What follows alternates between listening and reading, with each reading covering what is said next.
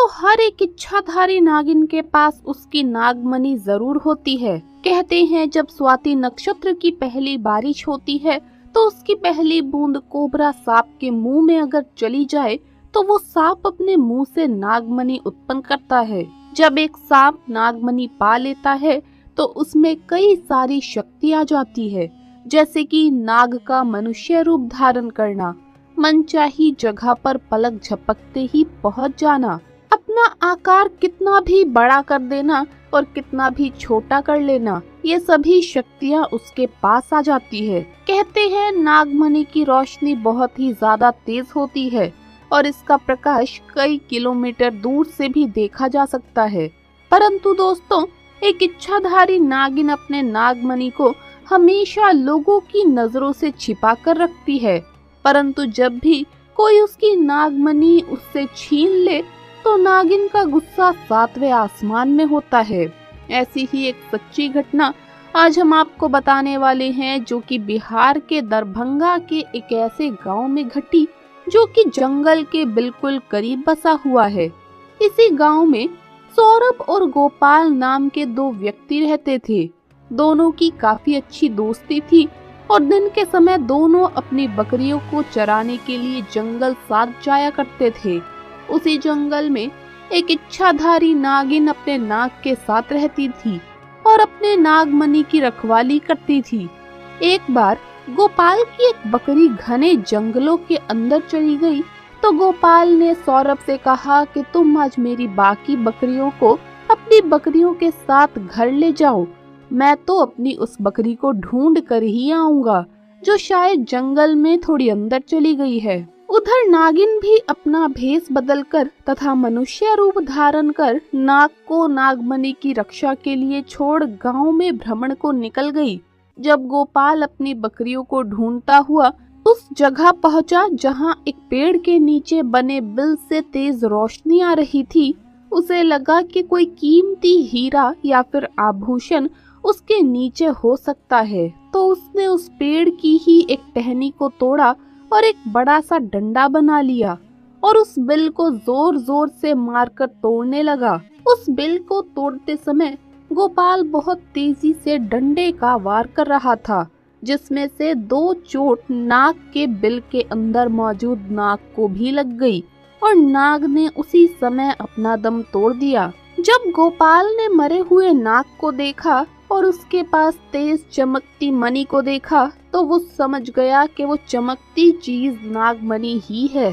उसने पहले नाग को डंडे से हिलाया और ये सुनिश्चित किया कि नाग मर गया है या जिंदा है। फिर उसने जब देखा कि नाग मर गया तो उसने अपनी जेब से रुमाल निकालकर उसके अंदर उस नागमणि को रख लिया और भागता हुआ तेजी से घर को निकल गया और भूल गया कि वो बकरी को ढूंढने जंगल में आया था और वो बकरी अभी भी जंगल में रह गई थी।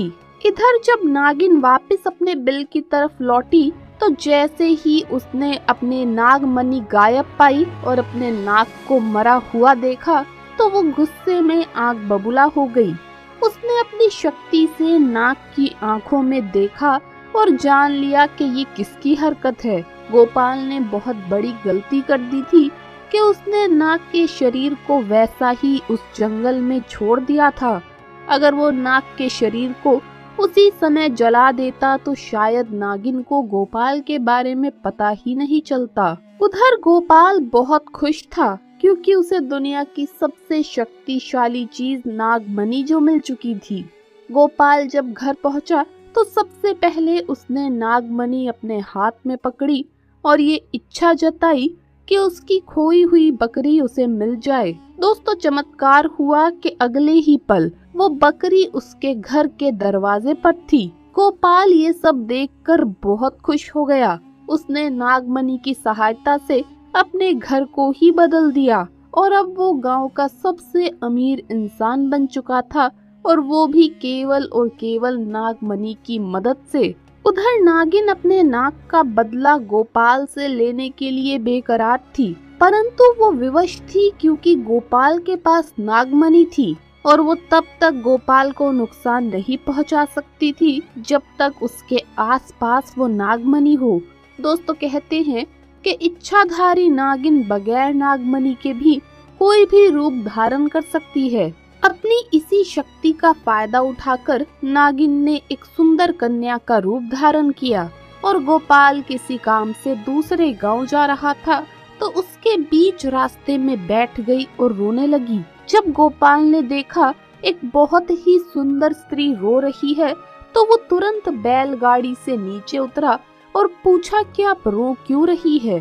तो नागिन के भेष में उस स्त्री ने कहा, मेरा नाम पायल है और मैं अपने पति के साथ दूसरे गांव में रहती थी, परंतु कल वो एक अन्य स्त्री के साथ शादी करके आ गया और मुझे मार मार कर घर से बाहर निकाल दिया। मैं बेसहारा हूँ, लाचार हूँ। गोपाल को उस स्त्री पर तरस आ गया और उसकी सुंदरता से गोपाल बहुत आकर्षित भी हुआ। वो उसे अपने साथ घर ले आया। धीरे धीरे नागिन और गोपाल में दोस्ती शुरू हो गई और दोस्ती इतनी गहरी होती चली गई कि गोपाल को पता ही नहीं चला कि कब वो उस स्त्री के प्यार में फंस चुका था। एक दिन गोपाल और पायल यानी वो नागिन दोनों घूमने के लिए गए और एक जगह एकांत पाकर पायल ने गोपाल से पूछा, तुम्हारे गले में ये चमकती सी चीज क्या है? तो गोपाल बोला, कुछ नहीं, एक साधारण सा आभूषण है, मुझे बहुत अच्छा लगा इसीलिए मैं इसे गले में पहनता हूँ। दोस्तों, ये वही आभूषण था जो नागमणि के नाम से पुकारा जाता है। तब पायल बोली, क्या तुम कुछ समय के लिए मुझे ये दिखा सकते हो? क्योंकि मुझे इसकी चमक बहुत भाती है। मैं देखना चाहती हूँ कि आखिर मेरे गले में ये कैसा लगता है। इस पर गोपाल चिल्लाते हुए बोला, नहीं, मैं तुम्हें ये नहीं दे सकता हूँ। इसके बदले तुम कुछ भी मांग लो, मैं तुम्हें दे दूंगा। इस पर पायल एकदम से गुस्सा होकर बोली, गोपाल, तुम तो कहते हो कि तुम मुझे अपनी जान से भी अधिक प्यार करते हो और मैंने बस एक तुम्हारे गले की ये माला क्या मांग ली। इस तुच्छ सी चीज के लिए तुम मुझे मना कर रहे हो और मुझ पर गुस्सा कर रहे हो। रहने दो, मैं जानती हूँ कि तुम्हारे लिए मैं ज्यादा मायने नहीं रखती। परंतु गोपाल ने फिर ना चाहते हुए भी अपनी वही माला निकाली और पायल को देते हुए बोला, ठीक है, कुछ समय के लिए तुम इसे पहन सकती हो, परंतु ध्यान से। पायल के हाथ में जैसे ही वो नागमणि आई, पायल का रूप एकदम से बदलने लगा। केवल एक पल में ही पायल एक सुंदर कन्या से एक भयानक कन्या के रूप में परिवर्तित हो गई। उसका चेहरा बिल्कुल नाग सा हो गया और उसने कई बार गोपाल को डसा और डस डस कर उसे मार डाला।